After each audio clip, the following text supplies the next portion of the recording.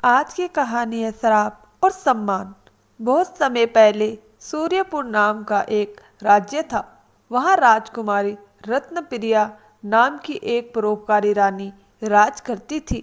रानी रत्नप्रिया को अपनी प्रजा से गहरा प्रेम था और वे हमेशा उनके भले के लिए सोचती थी।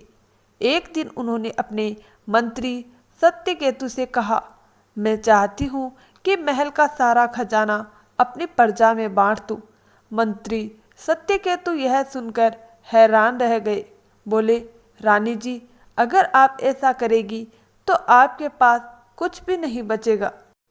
रानी ने मुस्कुराकर कहा, कोई बात नहीं मंत्री जी, खजाना फिर भी आ जाएगा, लेकिन भूखी प्रजा नहीं लौटेगी।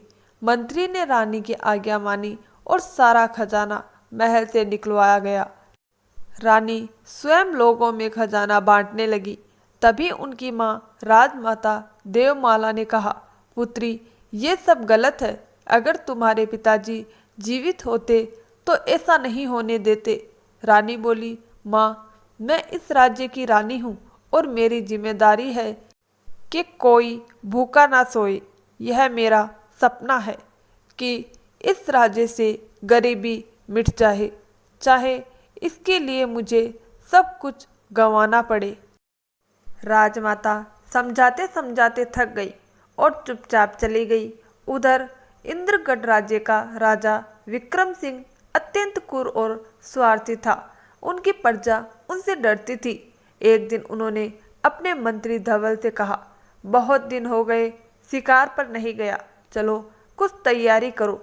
शिकार के लिए निकलते हुए वे उसी जंगल में पहुंचे जहां शंकरदास नामक गरीब लकड़हारा लकड़ियां काट रहा था। शंकरदास अपने परिवार के लिए दिन भर मेहनत करता था। विक्रम सिंह को एक हिरण नजर आया, उस पर तीर चलाया, लेकिन तीर गलती से शंकरदास को लग गया।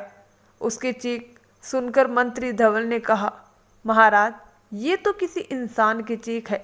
मगर राजा ने बेरुखी से कहा, मरता है तो मर जाए, हमें क्या। मंत्री ने इंसानियत दिखाते हुए शंकरदास को सहारा देने की कोशिश की, लेकिन वह दम तोड़ चुका था। मंत्री ने उसका शव उसके घर पहुंचा दिया। शंकरदास की माँ गोमती देवी बेटे की लाश देखकर गुस्से से महल पहुंची और राजा से कहा, तुमने मेरे बेटे की हत्या क्यों की। राजा बोला, चुप रहो और चली जाओ। सैनिकों, इस औरत को निकाल दो। सैनिकों ने उन्हें महल से धक्का देकर बाहर कर दिया। बेटे की चिता पर बैठकर शंकरदास की पत्नी ललिता फूट फूट कर रोई। कुछ ही दिन में घर का राशन खत्म हो गया। गोमती देवी लकड़ी बेचने गई, लेकिन पैसे पुल से गिर गए। उसी समय वहां राजा विक्रम सिंह पहुंचे। उन्होंने गोमती को देखा और अपमानजनक शब्द कहे। गोमती ने उन्हें श्राप दिया, दुष्ट राजा, तू पंछी बन जाएगा। संयोग से वहां एक तपस्वी महेश दत्त थे। उन्होंने तथास्तु कहा। राजा ने मजाक उड़ाया, लेकिन कुछ ही पलों में वह एक कबूतर में बदल गया। उधर गोमती अपने परिवार समेत राज्य छोड़कर चल दी। जंगल में एक नन्हा बंदर चिंपू मिला, जिसके माँ बाप को राजा ने मार डाला था। गोमती ने उसे भी अपनाकर अपना बेटा बना लिया। वे सब भटकते हुए अमरगढ़ राज्य पहुंचते हैं, जहां रानी रत्नप्रिया का शासन था। मंदिर में एक पुजारी हरिदेव उन्हें भोजन देकर पहचान पूछता है। जब गोमती देवी अपना दुख बताती है तो वहीं मौजूद रानी रत्नप्रिया कहती है, अब आप मेरे साथ रहेगी।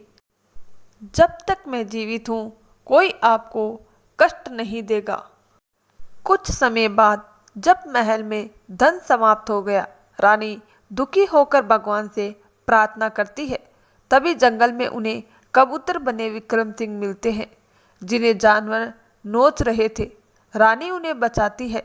कबूतर बोलता है, आप मेरी आवाज़ सुन पा रही हैं। रानी ने हामी भरी। कबूतर ने सारा सच बताया। रानी उसे महल ले आई और गोमती देवी से मिलवाया। उन्होंने सारी बात बताई। गोमती देवी बोली, क्या मेरे बेटे को वापस ला सकते हो? रानी बोली, नहीं माता, लेकिन आपको जब 2 बेटे मिल सकते हैं तो मैं पहले से ही आपका बेटा हूँ और अब विक्रम सिंह भी बनना चाहता हूँ। गोमती देवी पिघल गई। उन्होंने श्राप वापस ले लिया। राजा विक्रम सिंह अपने मानव रूप में लौट आए और गोमती के चरणों में गिरकर क्षमा मांगी। इसके बाद विक्रम सिंह बोले, मैं अपने राज्य की कमान रानी रत्नप्रिया को सौंपता हूँ और सारा खजाना भी। इस तरह रानी रत्नप्रिया ने दोनों राज्य में खुशहाली ला दी और गोमती देवी को मिल गए 2 बेटे। सबने मिलकर एक नया खुशहाल जीवन शुरू किया। इस कहानी से हमें यह सीख मिलती है कि पश्चाताप, क्षमा और दया का रास्ता ही सच्चा राजधर्म होता है। दोस्तों, इस कहानी से हमें यह सीख मिलती है कि हमें हमेशा दूसरों की भलाई करनी चाहिए और हमें सबकी सोचनी चाहिए। कहानी पसंद आई हो तो वीडियो को लाइक, शेयर और चैनल को सब्सक्राइब जरूर करें। धन्यवाद दोस्तों।